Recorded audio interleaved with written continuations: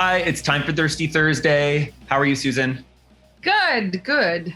Awesome. Let's get started. So today we wanted to start off with our new regular recurring segment we call Podcast Wars, or last week as we called it, Podcast Watch. What we saw in the news this week, the news came out that Spotify by far is leading the charge with the podcast platforms. Their ad revenue is up 627%. We talked about them acquiring some of the biggest names in podcasting last week, like Call Her Daddy. They've acquired Dax Shepherd's Armchair Expert.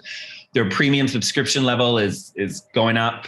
And they also acquired this company called Podz, Podz. It's a software automation tool that helps you pull clips from your podcast for previews and that sort of thing. So, and it's something, a value add for creators that are signing up for their creator packages. So yeah, Spotify's making lots of moves. They're way ahead of Apple's subscription, premium subscription. So yeah, and I know you're you're a Spotify listener, aren't you? I'm a Spotify lady for sure. Yeah, I like to watch them. As far as I'm concerned, it's like if you want a singular point of reference to see where the podcast sort of market is going, watch Spotify, and that tends to tell you where where the next moves are from. I like the idea of more creators being able to split things up. Yeah. And that's cool. Cool. What's next? Next we're going to do a little. We're going to talk Olympics for a little bit. We're going to talk Simone Biles, Michael Andrew, and TikTok. So I'll let you kick off with Simone Biles, everyone, the most famous Olympian of this games, her pulling out of some of her competitions. Yes. And, again, just like Naomi Osaka from French Open a couple of months ago. Yeah. It's really a power move that people are appreciating. I've seen nothing but that flood my feeds for the last few days. And just the fact that, it's okay to prioritize yourself, to prioritize mental health, and just to do what you need is the message. And I think it's awesome. I think she mentioned specifically that it was Naomi Osaka's move that allowed her to be brave enough to be like, okay, I can't do this right now and I'm not going to power through because kind of thing. What did you think? No, I agree too. And it was nice to see the sponsors, most people being very supportive. Of course, you saw some nasty comments, mainly from men, about her being a quitter and giving up. That's very much an old school mentality. She's far from that. So no, we're all for Simone. If we didn't love her 100% before, we really do now. We do now. But that brings me to someone that I'm really not enjoying at the Olympics. Is swimmer who's one of the best in the world. He's from the US. Of course, he's from the US. Michael Andrew, who announced before the games he wasn't getting the vaccine. Why? He doesn't want to put things in his body that he doesn't know how his body will react to prior to the Olympics. One, how you kind of think, okay, logical, but we're in a global pandemic in a country, Japan, that's got more COVID cases than they ever have before. You're putting your team at risk because if anyone tests positive, they're out of the games. So it just blows my mind that he was even allowed to go. One of the higher ups in the US swimming world wrote a long rant against him on Twitter. But then, of course, other people who past swimmers clapped back at her. And so, this unified front of the swimming group is not so unified. But I honestly, Susan, I don't understand. And if I was a sponsor of him too, like when we signed the deal, did I know he wasn't going to get the vaccine? It really does make you think, as someone who's sponsoring these high up athletes, you've got to look beyond just their athletic prowess. You've got to look at their stance on COVID, their social activism work, what they do on social media, all of that sort of stuff. I don't know. What do you think about that? Yeah, I think so. I think some of that is probably falling through the cracks at some level.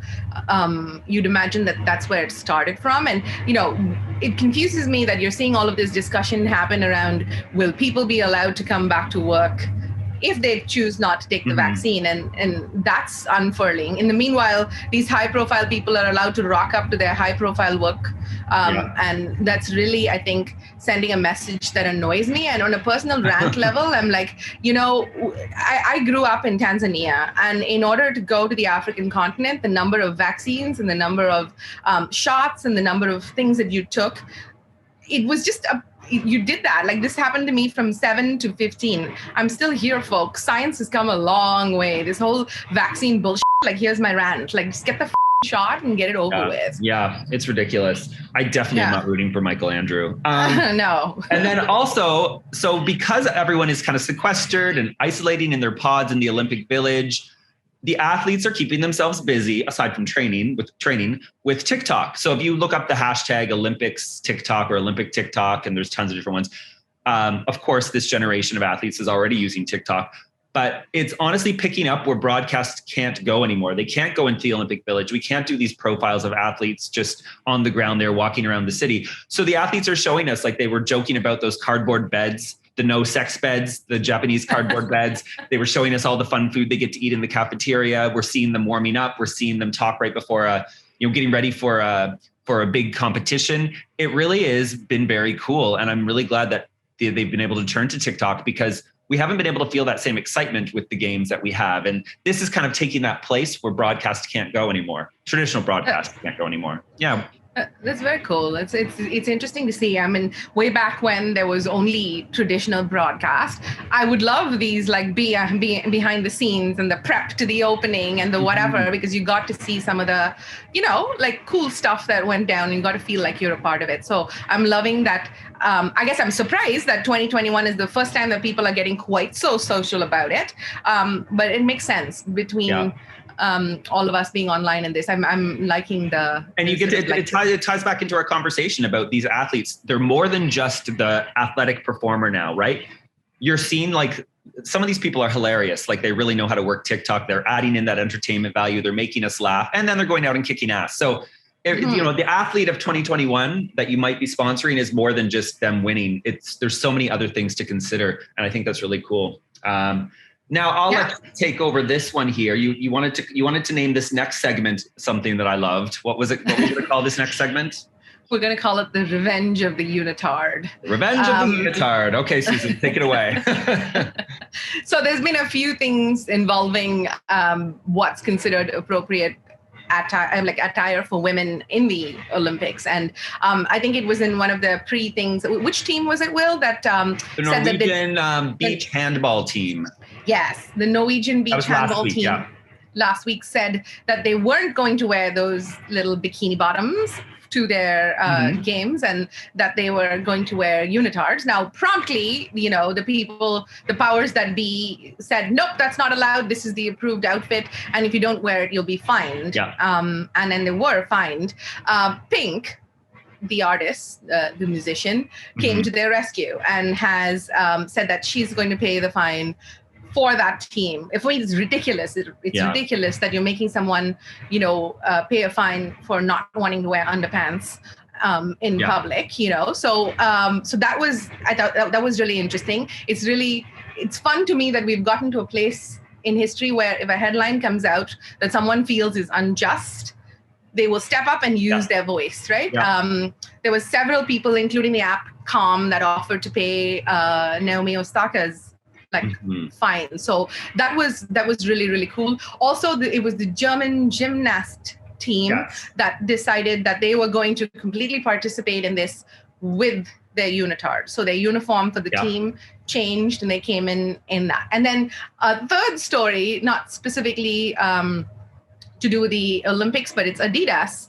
And in Dubai, I guess in the lead up to the Olympics a couple of weeks ago, they showcased their burkini. A burkini is a single piece unitard swim with the a hoodie for the head. So it's pretty cool as a piece of clothing. And I know that several of the big brands have it, including Nike. But Adidas really chose to showcase this in the lead up to the Olympics. And in Dubai, they constructed a real swim tank billboard. So somebody in a burkini could swim into the tank. Very weird. Very interesting. Very over the top. Yeah, very Dubai, but very cool as well. So I thought, you know what? Look at that. That's the revenge of the burkini. Stop. Excellent. Or the revenge of the unitard in general. It's just stop it with the sexualizing and the whatever. And people should be able to show up in whatever clothes they want to wear for the game.